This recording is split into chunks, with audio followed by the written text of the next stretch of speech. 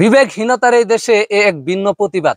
এই প্রতিবাদটি যিনি করেছেন তিনি একজন মুরব্বী। আমরা লোকমুখে জানতে পেরেছি তিনি বিদ্যুৎ অফিসের বিরুদ্ধে অভিযোগ করতে না পারায় তার এই ভিন্ন পন্থা অবলম্বন। তো জানবো আসলে তিনি এই ব্যানারটা বা এই প্রতিবাদী যে বাক্যটা উনি লিখেছেন এখানে, যে আল্লাহ নিশ্চয় সবকিছু দেখেন, আল্লাহকে ভয় করুন।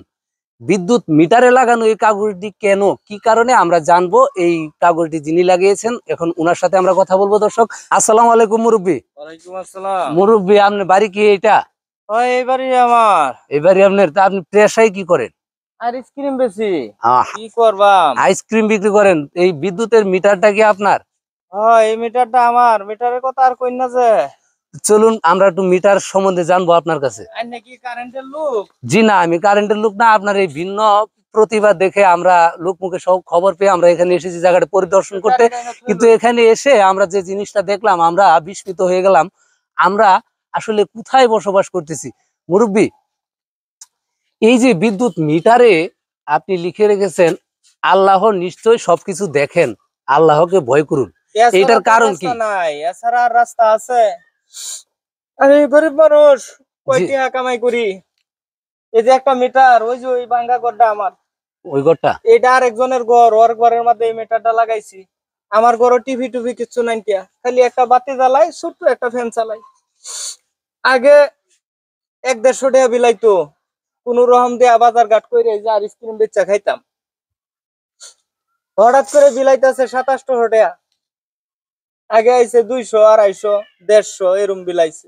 হঠাৎ করে 2700 টাকা। কারগুরি যাই, এন্ন কাগজ লয়ে যাই, হেন্ন কাগজ লয়ে যাই, খালি ঠিক করে দিব, দেখবো, এই করব সেই করব। ঠিক আরো না, আল্লাহ তো আছে একজন।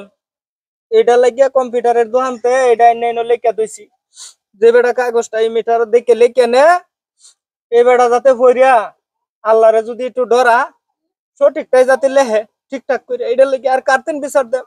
দর্শক, বিচারহীনতার এই দেশে বিচার চাবো কার কাছে? এই মুরব্বী যে কথাটি এই মুহূর্তে আমাদেরকে বললেন, আপনারা তো শুনলেন। আল্লাহ নিশ্চয় সবকিছু দেখেন। এখানে যিনি বিদ্যুৎ বিল লিখতে আসে, উনার কাছে উনাকে ভয় দেখানোর জন্য, উনাকে আল্লাহ বিরু দেখানোর জন্য আল্লাহর এই নামটি উনি এখানে লিখে রেখেছেন, যেন উনার বিদ্যুৎ বিলটা কম আসে। কিন্তু উনি তো টিভিও চালান না, ফ্রিজও চালান না। এখন উনার এই বিল আসার কারণে উনি 100 টাকার বিদ্যুৎ পড়লে উনার বিল দিতে হচ্ছে 800 টাকা।